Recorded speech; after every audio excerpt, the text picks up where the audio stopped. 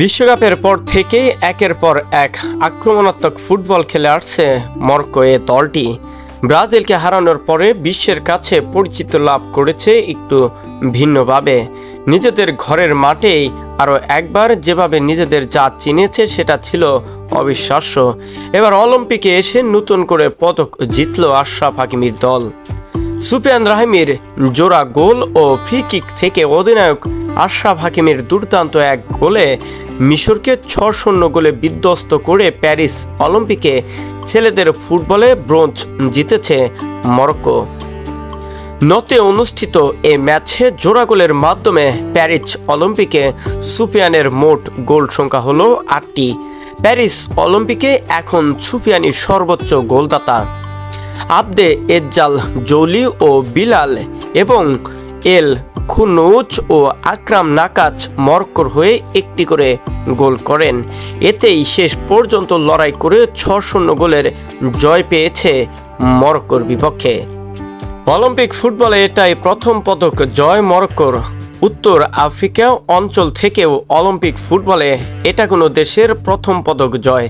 এবার অলিম্পিক ফুটবলে ৬ ম্যাচে এ নিয়ে ১৭ গোল করল মরক্কো। গ্রুপ পর্বে আর্জেন্টিনার বিপক্ষে জয়ের পদক জয়ে অভিযান শুরু করেছিল মরক্কো। সেমিফাইনাল স্পেনের কাছে ২-১ গোলে হেরেছে তারা। গত বছর অনূর্ধ্ব-২৩ আফ্রিকান কাপ অফ নেশনসের ফাইনালেও দারুণ সূচনা করেছিল মরক্কো দলটি। এবার যে পদকটি জিতেছে সেটা তাদের জন্য অনেক বড় গর্বের ছিল। গ্রুপ পর্বে আর্জেন্টিনার বিপক্ষে জয়ের অভিযান শুরু করার পরেও যেন দারুণ ফর্মে ছিল দলটি। সেমিফাইনালে স্পেনের কাছে ২-১ গোলে হারার পরেও তারা ভেঙে পড়েনি, নিজেদেরকে গুছিয়েছে একটু ভিন্নভাবে।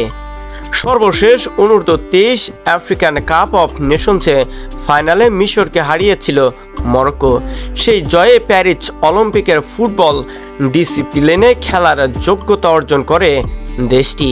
আর এতেই নতুন করে পদক জয়ের নামটা এবার বসালো মরক্কো। প্যারিস অলিম্পিকে ছেলেদের ফুটবলে অন্য যে কোনো খেলোয়াড়দের চেয়ে ৪ গোল বেশি করেছে সুফিয়ান। ৪ গোল নিয়ে এই তালিকায় যৌথভাবে দ্বিতীয় স্থানে রয়েছে স্পেনের ফার্মিন লোপেজ ও ফ্রান্সের জ্যা ফিলিপ মাতেতা। প্যারিসের আজ বাংলাদেশ সময় রাত ১০টায় ছেলেদের ফুটবলে সোনা জয়ের লড়াইয়ে ফ্রান্সের মুখোমুখি হবে স্পেন।